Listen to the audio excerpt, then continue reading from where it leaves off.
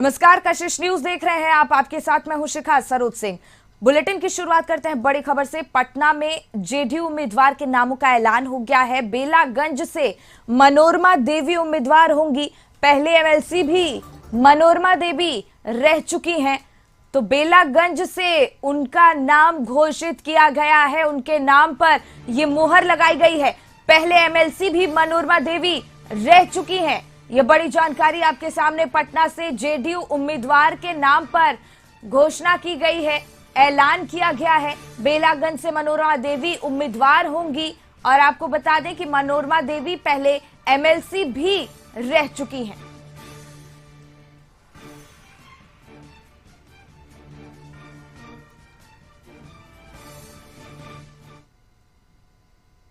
बिहार विधानसभा की 4 सीटों पर उपचुनाव होने हैं और बीजेपी ने 2 सीटों पर रामगढ़ और तरारी में अपने उम्मीदवारों की घोषणा कर दी है। रामगढ़ से अशोक सिंह तो तरारी से विशाल प्रशांत को टिकट दिया गया है।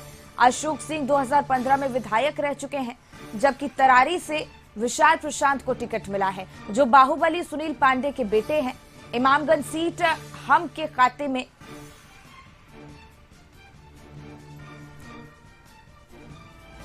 तो उपचुनाव को लेकर एनडीए के उम्मीदवारों का नाम तय कर लिया गया है।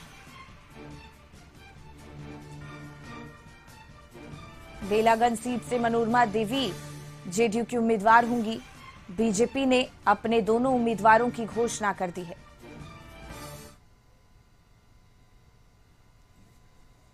तो दूसरी तरफ गठबंधन में उम्मीदवारों का ऐलान अभी नहीं हुआ है। आरजेडी ने नाम की घोषणा नहीं की है।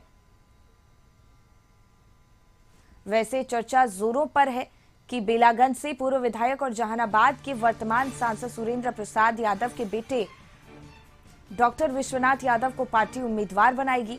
वहीं रामगढ़ सीट से जगदानंद सिंह के छोटे बेटे अजीत सिंह का लड़ना तय किया गया है।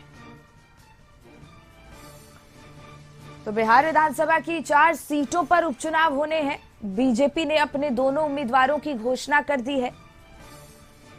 2 सीटों पर रामगढ़ और तरारी में अपने उम्मीदवारों की घोषणा की है बीजेपी ने।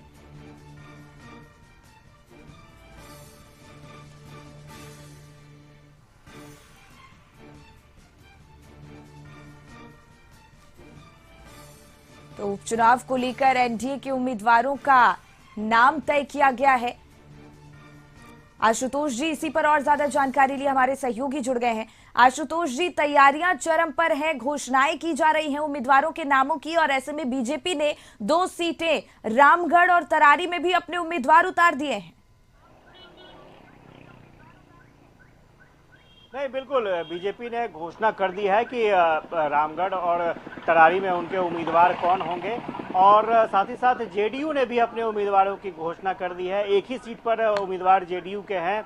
अब बेलागंज में जो उपचुनाव होने हैं वहां से मनोरमा देवी उम्मीदवार होंगी। पूर्व एमएलसी रही हैं जेडीयू की, और अब वो विधायक के रूप में चुनाव लड़ेंगी। विधायक सीट के लिए चुनाव लड़ेंगी। बेलागंज सीट पर उपचुनाव हो रहे हैं। ये चर्चा पहले भी हो रही थी और कशिश न्यूज ने सबसे पहले बताया था कि मनोरमा देवी का नाम सबसे आगे चल रहा है।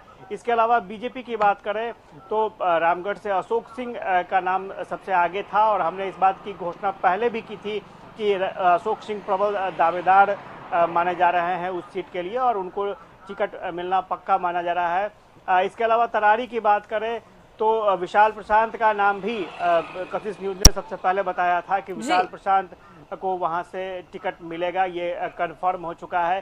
सिर्फ एनडीए की तरफ से एक सीट को लेकर के अभी जिस की स्थिति है, क्योंकि वहां अभी घोषणा नहीं हुई है, वो है जीतन राम मांझी के चुनाव जीतने के बाद जो सीट खाली हुई थी वहां पर कौन उम्मीदवार होगा।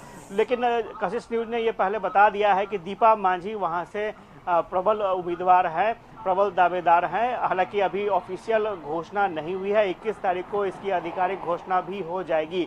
तो एनडीए की तरफ से घोषणा हो चुकी है, और महागठबंधन भी आज दोपहर 2 बजे इस बात की घोषणा करेगा कि उसके उम्मीदवार कौन कहां से चुनाव लड़ेंगे। जी अब बिल्कुल आशुतोष जी, और 2 सीटों पर रामगढ़ और तरारी की अगर बात की जाए तो उम्मीदवारों की घोषणा हो चुकी है। बाकी सीटों की अगर बात की जाए तो अलग अलग अटकलें लगाए जा रहे हैं, संभावनाएं अलग अलग उम्मीदवारों के नामों को लेकर जताई जा रही है। नहीं अभी कोई अटकल नहीं है। मैंने पहले भी बताया कि जेडीयू ने भी अपने उम्मीदवार के नाम की घोषणा कर दी है और जेडीयू की तरफ से मनोरमा देवी बेलागंज से चुनाव लड़ेंगी।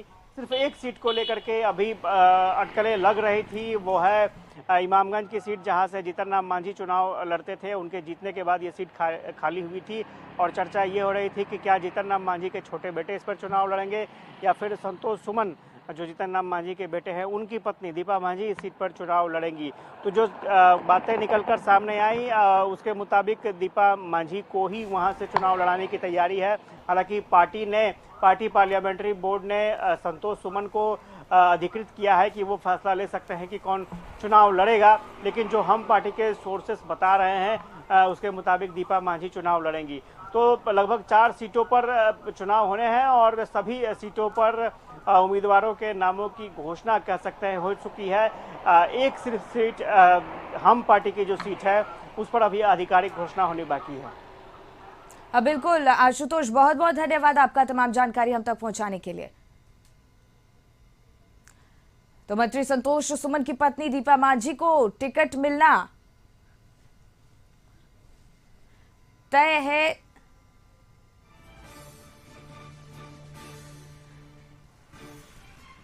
और इस पर अमीसा भारती की क्या दावेदारी रही, एक बार वो सुनिए।